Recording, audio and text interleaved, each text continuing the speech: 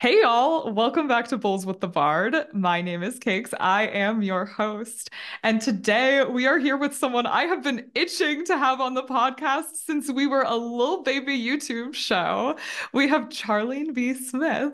Charlene, would you like to tell the folks at home a little bit about yourself?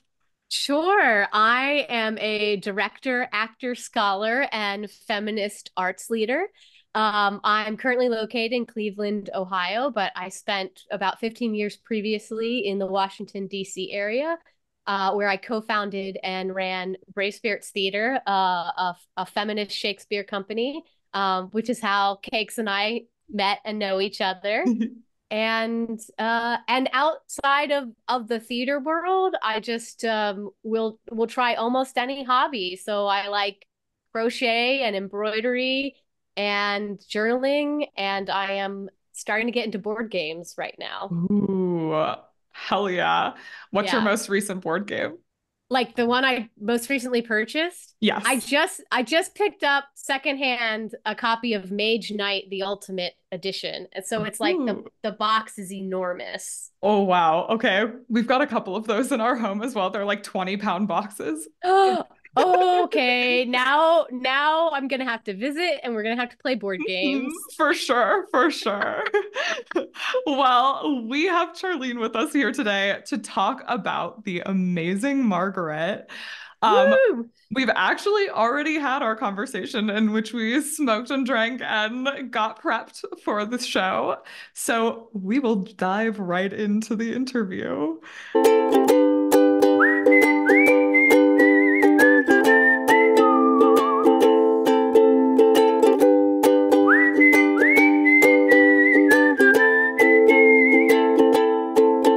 Charlene, before we get talking about your thoughts and opinions about Margaret, I have can so you many. Oh, I know. I'm so excited. Having you on to talk about Margaret is the dream. Um, Oh. it truly is. So before we start talking about her, could you give audiences at home who might not know who she is in the canon a little bit of insight? Yeah, and this is my attempt to be brief. And it's not even that concise. But anyway, Margaret of Anjou is a historical figure from the Wars of the Roses. So 1400s is what we're talking about. She was a member of the broader French royal family, and she ended up marrying England's King Henry VI in an attempt to bring peace between England and France during the Hundred Years' War. And Henry was not an effective king for this turbulent time period. And this was exacerbated by the fact that he had a debilitating mental illness, which some modern scholars have argued was a form of schizophrenia. And due to his health issues, Margaret, took on a leadership role in England. And this move, I think, when you look at the historical record, was sort of very natural when you look at the way women in her family sort of wielded power in France. But of course, the English nobles were not a fan of this as an option. And this and many other factors led to the Wars of the Roses, in which the House of York, which was one part of England's royal family, made claim to the crown. And so, anyway, Shakespeare took all of this history and dramatized it into four plays: Henry VI, Part One, Henry VI, Part Two, Henry VI, Part Three, and Richard III. And Margaret fills an incredible role within Shakespeare's canon because she goes on this incredible arc, even if you just look at like number of years perspective, because historically she's like a teenager in one Henry VI, and then all the way to a senior woman in Richard III. And so that historical time period, she was ages 15 to 52. And then if you count the four plays together as one, she's the largest female character that Shakespeare ever wrote. So incredible. So I Yeah. know you are like her biggest stan, at least the biggest one I know of. And I'm interested to know what initially drew you to this character. Oh gosh. So I've been on this path for so long that I was like trying to like piece together when it started. And it was a little difficult because it just kind of feels like at this point it's always been a part of me. So I saw the RSC's history cycle in 2008. but I know I was already Team Margaret before that, and like a lover of the history plays in general, which is, like why I flew across the ocean to see that cycle. So I think it had to have started when a couple years after undergrad, I just undertook a project to read through the entire canon play by play, and kind of like I blogged about what I was reading, and I think that's sort of when I first read through all, because I think some of the history plays I hadn't read at that point, and that really gave me that appreciation for those plays and her as a character. I think the reason I was initially drawn to her probably had to do with how relatively few female characters there are in Shakespeare's plays, even to begin with.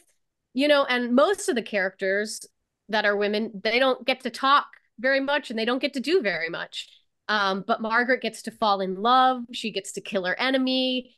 She gets to lead troops into battle and curse a lot of people and mourn her family, and just like all these wonderful scenes that are a gift for an actor, you know. Yeah, absolutely. So from there, what do you feel has kept you around?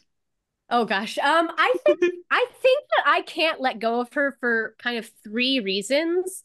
One is I'm just fascinated by the real woman, Hmm. that the actual Margaret of Anjou, what she had to go through, and and how much we don't know and have to guess about her motivations and her feelings, right? And then I'm fascinated by Shakespeare's version of her, especially because he keeps her around for Richard III, even though the historical woman was sent back to France and died 3 years before the Battle of Bosworth.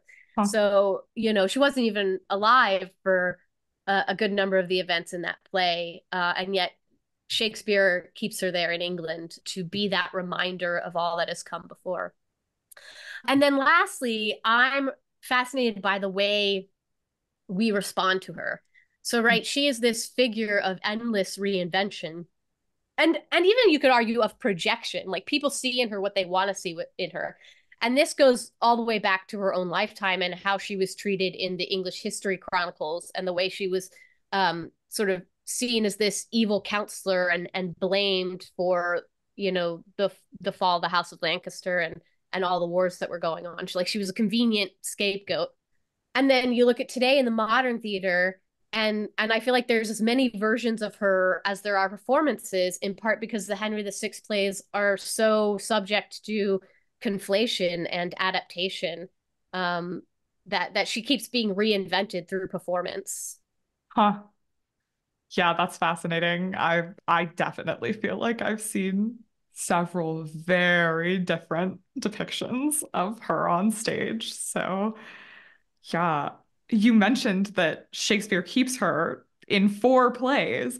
Like, why do you think he does that? He doesn't do that with any other female character or any other Yeah, character, period. there are. So Henry's the fifth brothers, John and Mhm. Humphrey, appear in four plays, but I think that's it.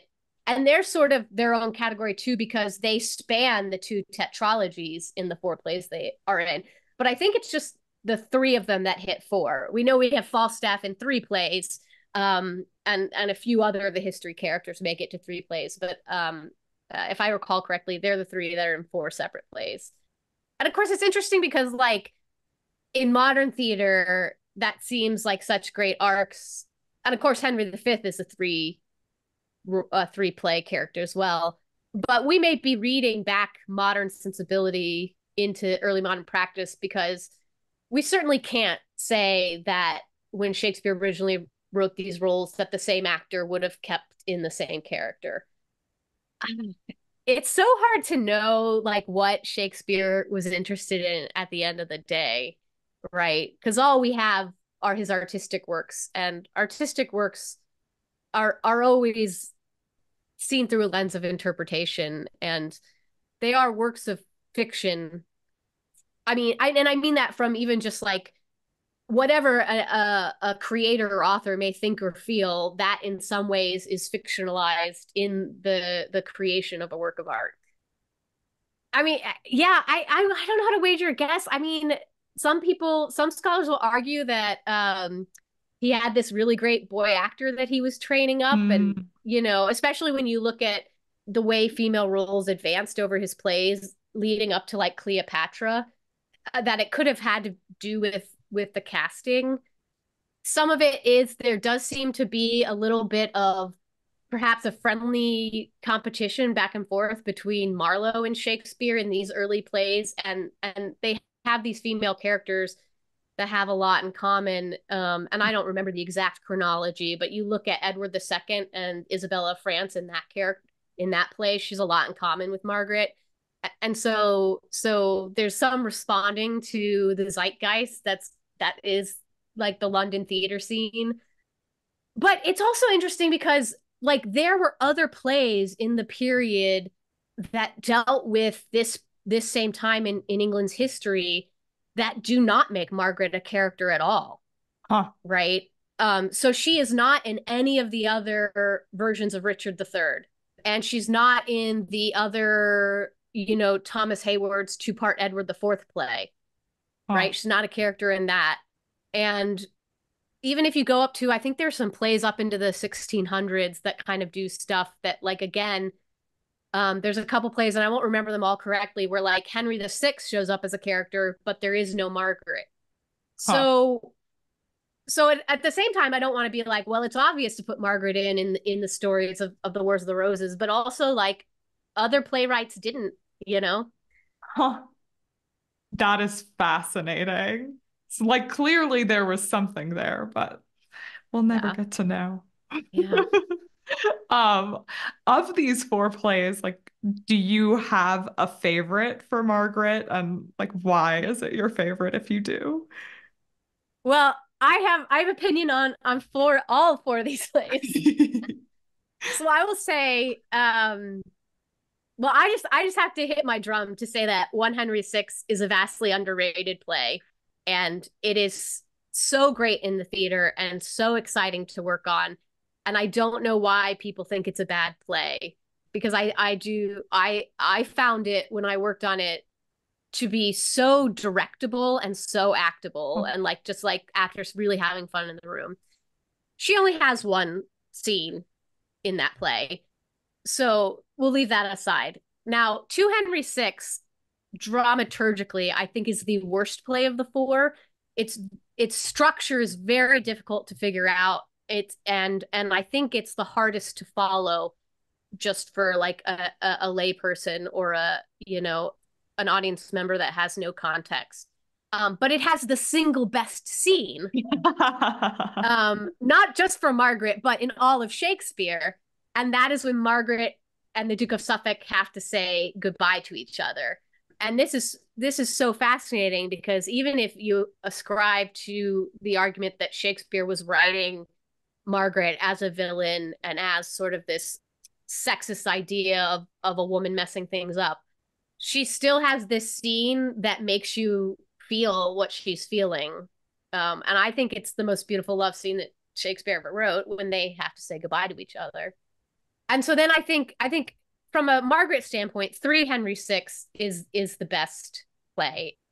She just gets to do amazing things in that play. And that play starts, boom, right out of the gate. Mhm. Like there is no time to ramp up. We are on high octane from scene one in that play. And when you revisit it, you sort of, it can be easy to forget just like how much happens. And then you like open it up and you're like, oh my gosh, like we take down York and we get the crown back, and then we lose the crown, and then oh, here comes Richard III, and he has a lot to say, and then through the climax where the Lancasters finally lose and Margaret gets captured and she has to watch her son murdered in front of her, and then the very next scene is Richard murdering Henry VI. Like that's such a gut punch, those things together.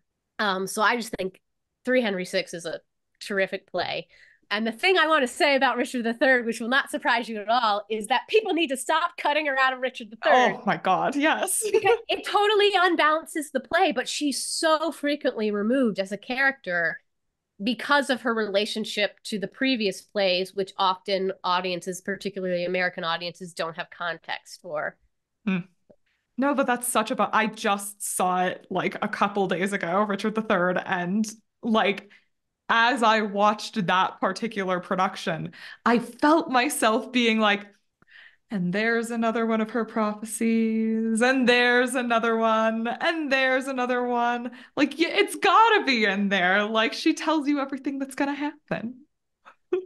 And the power Shakespeare gives not only her, but all the women of the play, which is amplified when they're all present. Because, like, none of the men in that play are able to stand up to Richard, but the women do, Mm-hmm. right?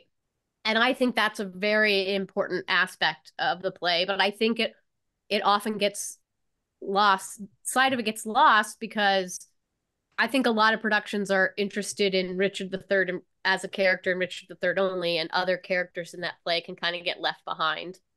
Hmm. So quite literally, like Margaret, who just gets cut out of the script. Yes, yes. Well, speaking of like cutting her and losing Margaret, like we don't get a lot of these Henry VI plays. And I'm interested in knowing what you think we lose in not seeing them and therefore not seeing as much of Margaret as we could. Well, there's sort of like the like general philosophical and like economic answer, which is of course that like women make up 51% of the global population, but only 16% of Shakespeare's characters are female. And this is something that stuck with me. There was a like an infographic in The Guardian, like maybe even a decade ago by like Elizabeth Freestone and a couple other people put together. And I've like never forgotten it because it had that number. And then it also had a graph that showed that like in Hamlet, the play Hamlet, you know, one of the most produced plays, if that as written, women only speak 9% of the lines. And like I'm sure there are people who'll be like, well, who cares? But when you look at the fact that studies have shown that women are perceived as speaking too much in a conversation when they hit it's something like 20% of the conversation, or 25%, they are perceived as like being overbearing and speaking too much. And you go, well, how does a society build such an expectation for female silence? And you go, well, our most performed playwright has women speak 9% of the time. Like that is not an accurate reflection of the world. So I'm always for shows where the women get to speak more and there's more speaking. And certainly some of these early history plays, there is a more even balance among characters. And I think that like again, when you're an actor, an actress working in Shakespeare, there are still so few roles for you, relatively speaking, right? And you just think about what a male Shakespeare actor, how his career can progress, right? From like Romeo and Orlando, and then he moves up to Benedict, and then and then he's playing Mark Antony, and then and Hamlet, and then one day he makes it up to Lear, and our track is and in between all of that, he has all these supporting roles to play that help him develop those chops. And we don't have anything near the longevity. The sort of closest, I think, like Cleopatra in terms of women is sort of what the most dynamic and the closest to like a Lear that women have, and then maybe also Margaret. But you need all four plays for that to be there. And I think that she does. I think that she does surprising things that you don't find a lot of, right? Some of which I mentioned before, that she gets to straight up murder, like stabby her enemy, when again, even in either other women who participate in murder in Shakespeare and in other early modern plays, usually they poison is their weapon of choice. Like it's a very gendered thing. But Margaret gets to stab the Duke of York, with a knife or a sword in the middle of a battlefield, right? And I also in 3 Henry VI, I love the speech that she gives to the troops, to energize them to fight, because that's something we don't see women do a lot in media and popular culture. The idea that a woman can be a general and move the troops to fight. Wow. She gets, it's like her own Crispin's Day. you know? Yeah, yeah, no, and we really don't. I can't think of something even close to something like the only thing that comes to mind is like actually the opposite, which is like, oh yeah, for God's sake, go not to these wars. Yes, yes, Like we that's don't. true. A lot of times women are pleading with men not to fight, you Yes. know? Yeah. So, and even like the closest you could talk about Joan of Arc, who leads troops and is victorious in battle, but she does not have like a battle speech in the same way that Margaret does. I mean, she has her great soliloquy kind of near the end of her arc where the spirits desert her, which perhaps if it went a different way, perhaps if Joan of Arc's story had a happy ending, that would have become a battle speech. But yeah, it's great stuff, you know. Yeah, yeah, for sure. And now you are on this epic mission to find Margaret in places that are not Shakespeare. Do you want to tell us like a little bit about that and tell us Yeah. about like what favorites have been? Yeah. Yeah. So this started with when I was writing my MLitt thesis a decade ago at this point, on Margaret on the modern stage, and starting out kind of talking about how she finally sort of got to be performed as a character, and kind of arguing that like she was Shakespeare's first and last heroine because she was in like the earliest plays he wrote, but those plays weren't performed regularly on the modern stage until the 50s, like post World War II is really when people started paying attention to them. And so therefore, in terms of performance, she was his last heroine to kind of be discovered. And in the process of that research, and this is where I started discovering this cottage industry of single play adaptations about Margaret of Anjou from Shakespeare's first tetralogy, these four plays that we're talking about. And when I started my MLitt research, I knew about one of them, and I thought it was sort of an example of the trend I was talking about how Margaret has become so important. But then as I started writing my thesis, I was like, oh no, there's not one of them. This started the earliest at this point, and this is 10 years later from my thesis. I don't remember how many there were at the time I wrote my thesis, but now there have been at least 36 of these Wow. plays created, and the earliest one was in 1977. That's crazy. Yeah, An entire Shakespeare's canon worth of Margaret plays written in like 50 exactly. years. And it's really fascinating because a lot of them will share. There are certain adaptive moves that this group will share and then this group will share, and it really feels like it's been snowballing, particularly since like the 2016 election.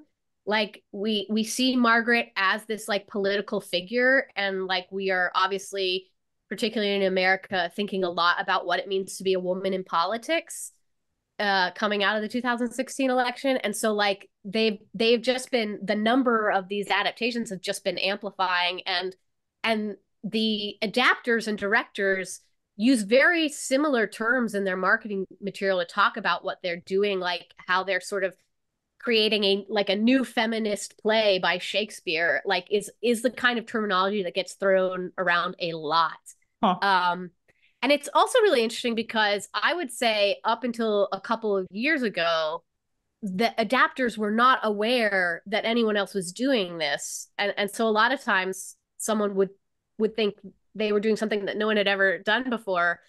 But I would say finally, like since like 2021, 2022, maybe a little earlier, probably back to like, I've got my little chart in front so I can remember, they probably even back to like maybe 2018 when I think the Jeannie O'Hare production happened at the Royal Exchange Theater, which I think was kind of the most widely like publicized on terms of a world stage. It's sort of the most well known.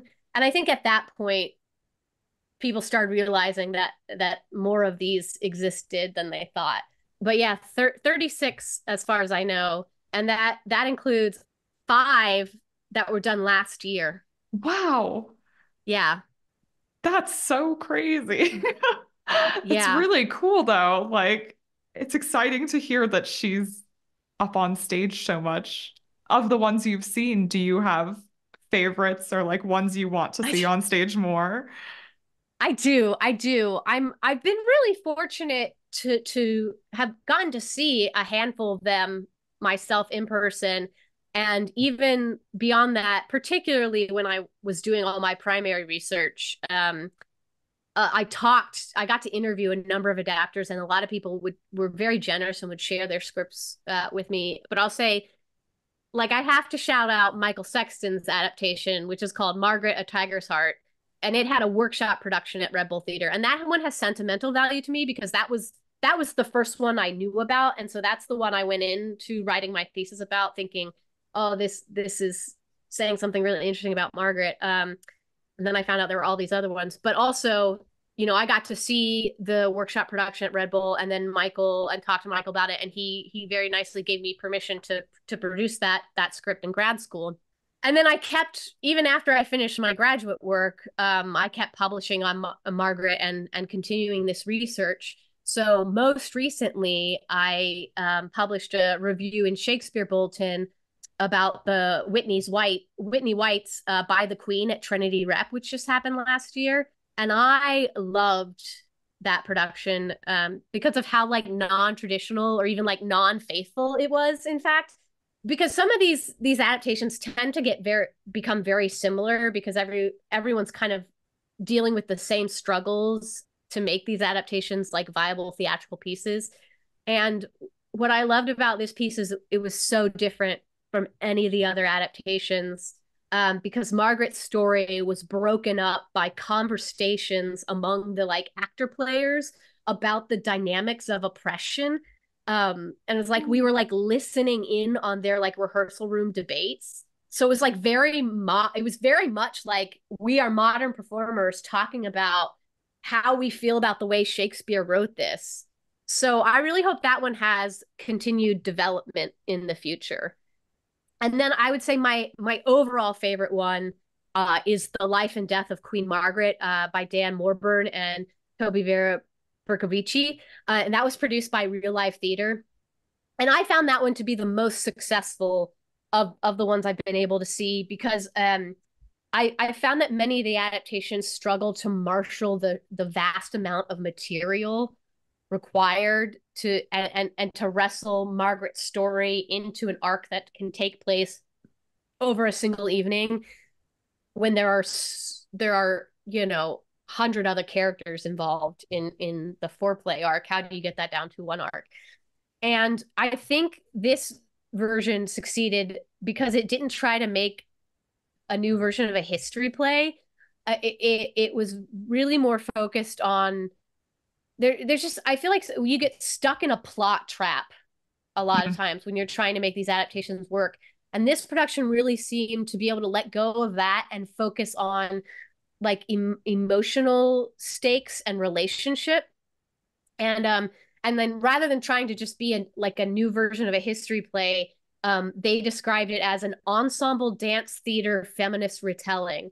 So it was like, so they were willing to separate themselves from like the original way in which Shakespeare worked on this material. And I think you have to make a really engaging evening of theater. You have to be able to let go of the Shakespeare in some way that is authentic to what you're trying to create. Hmm. As they'd say on TikTok, you need a little spice. Um, yeah. Yeah. Well, awesome. Charlene, before we wrap up, do you have any last thoughts you would like to add about Margaret? I still will not let her go because I've started writing a novel about her. Oh, yay. So, maybe one day I'll finish it, but Hell yeah.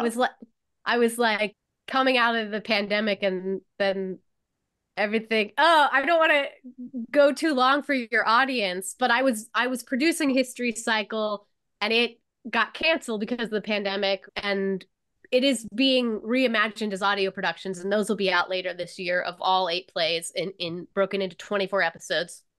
But we stopped the project halfway through when COVID hit, so we staged the Henriad plays, but then didn't get to these plays. and I was meant to play Margaret once we staged these 4 plays.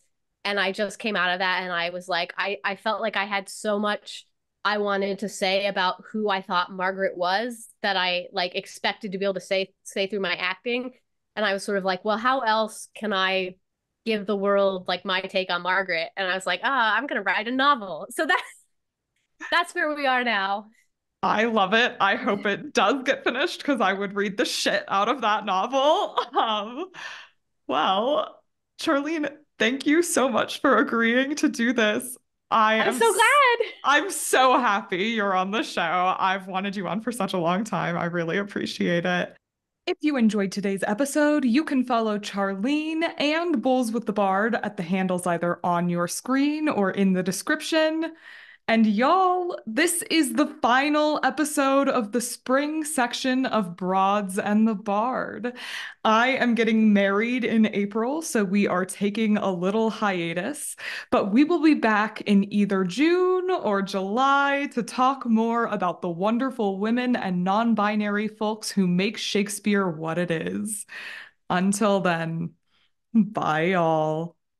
A thousand sighs to save. Oh, lay me where sad true lover never find my grave to weep there.